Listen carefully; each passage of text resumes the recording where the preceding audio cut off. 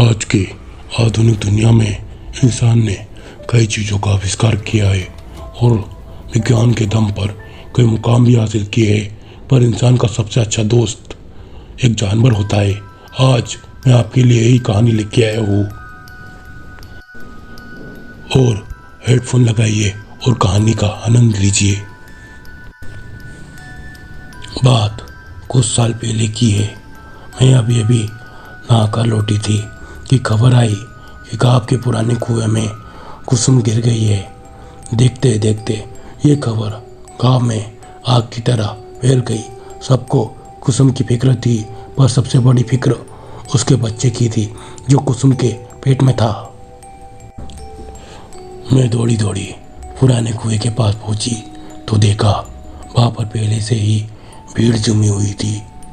गांव के एक आदमी ने कुएं में छलांग लगाई और कुसुम की लाश को रस्सी से बांधा, क्योंकि कुसुम को तैरना नहीं आता था और उसने दम तोड़ दिया था। उस समय वो पेट से थी। पानी में गिरने के बाद वो चीखी होगी, चिल्लाई होगी, पर पुराने कुएं में कम ही लोग पानी भरने आते थे, क्योंकि कुसुम का खेत कुएं के बगल में ही था। इसलिए इसका उस कुएं से पर आना जाना लगा रहता था।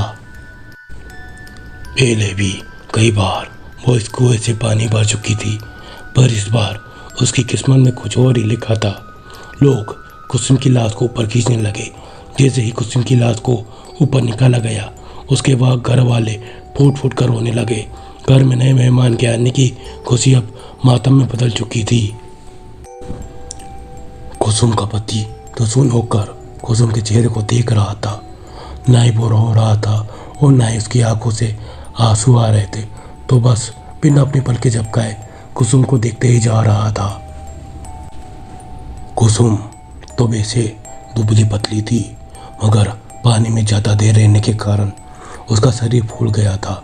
मैंने ये नज़ारा पहली बार देखा था। हालांकि मुझे डर लगना चाहिए था, पर मुझे डर नहीं लग रहा था। पर हाँ, एक अलग सी बेचैनी जरूर हो रही थी। मौत तो इंसान के हाथ में नहीं होती।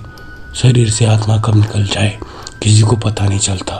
कहते हैं अंतिम संस्कार करने के बाद इंसान की आत्मा को शांति मिल जाती है, मगर आत्मा खुद को ही शांति चाहती है या नहीं।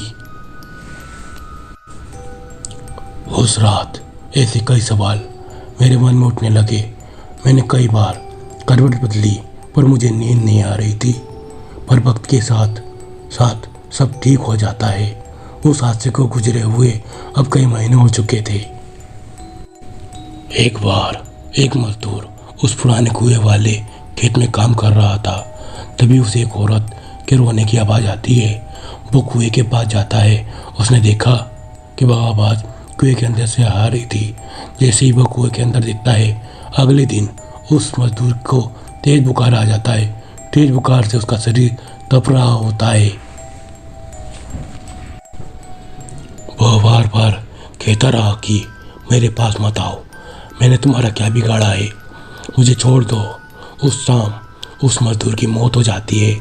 गांव में अब पुराने कुएं का डर फैल जाता है। कुसुम की आत्मा अभी भी उस कुएं में है। ऐसी बातें गांव में शुरू हो जाती है।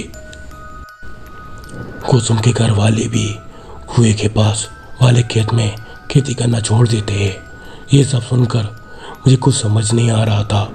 मेरे दादाजी के भी गुजरे हुए कुछ ही महीने हुए थे और उनका अंतिम संस्कार तो हमारे घर के पीछे ही किया गया था। फिर भी मुझे कभी मेरे दादा की आत्मा नहीं दिखाई दिए। मेरे दादाजी कहते थे कि इंसान का सबसे अच्छा दोस्त जानवर होता है, जो सबसे अच्छा वफादार और उसके मुसीबत में साथ देता है। कुछ दिन बाद हमारे घर में एक कुत्ते का बच्चा लाया गया, जिससे कि घर की ओर खेती पर नजर रखी जाए। मन में सवाल उठे फिर से कि क्या सच में आत्मा होती है। मुझे कई बार उस पुराने कुएं पर जाने की इच्छा हुई, पर डर के मारे कभी हिम्मत नहीं हुई। हालांकि हमारे घर तक आने जाने का सबसे छोटा रास्ता उसी कुएं के पास से गुजरता था, पर ये सब होने के बाद हमने दूसरे रास्ते से आना जाना शुरू कर दिया। एक रात पिताजी काम से होते हुए बाजार से कुछ सामान लाते हुए घर लौट रहे थे। आज उन्हें बहुत देर हो चुकी थी। बारिश का मौसम था, रात का अंधेरा और उससे काले बादल। अचानक जोर से बादल गरजे और बारिश शुरू हो गई। पापा जी एक पेड़ के नीचे रुक जाते हैं और बारिश रुकने का इंतज़ार करने लगते हैं। बारिश काफ़ी तेज़ थी, रुकने के बजाय बढ़ती जा रही थी। उसके बाद उन्हें पुराने कुएं के पास का छोटा रास्ता याद आ जाता है। मेरे पापा भूत प्रेत पर विश्वास नहीं करते थे। पापा पुराने कुएं के पास के रास्ते पर चल पड़ते हैं। चारों तरफ काफ़ी अंधेरा था और तेज बारिश हो रही थी। तेज बारिश के कारण पापा जी तेज चलने लगते हैं। तभी उनके पैरों के साथ साथ पायल की आवाज़ आने लगती है। पापा एक जगह रुक जाते हैं तो पायल की आवाज़ भी शांत हो जाती है। पापा फिर से चलने लगते हैं, उसी के साथ पायल की आवाज़ भी आने लगती है। तभी उनके पीछे से कोई गुजरता है। वो पीछे देखते हैं तो पीछे कोई नहीं होता है, पर जैसे ही वो आगे दिखते हैं उन्हें कुसुम की आत्मा दिखाई देती है। उसे देखकर पापा की आंखें फटी फटी रह जाती है। वह डर के मारे पीछे जाने लगते हैं और कीचड़ में फंसकर गिर जाते हैं। कुसुम की आत्मा धीरे धीरे पापा के पास आने लगती है। कुसुम का चेहरा काफ़ी खतरनाक और भयानक दिख रहा था। उसकी लाल लाल आंखें, चेहरे पर कई जगह निशान दिख रहे थे। एकदम सड़ा हुआ चेहरा देख लग रहा था। उसे देखकर कोई भी डर जाए। पापा डर के मारे आंखें बंद कर लेते हैं। जब अपना आंखें खोलते हैं तो हमारा कुत्ता उनका हाथ चाटता होता है। पापा उसे देखकर राहत की सांस लेते हैं। पापा आसपास देखते हैं तो वहाँ कोई नहीं होता है। पापा कुत्ते को तुरंत अपने गले से लगा लेते हैं और उसके साथ घर आ जाते हैं। पर घर आने के बाद उन्हें ठंड लगने लगती है और बुखार भी आने लगता है।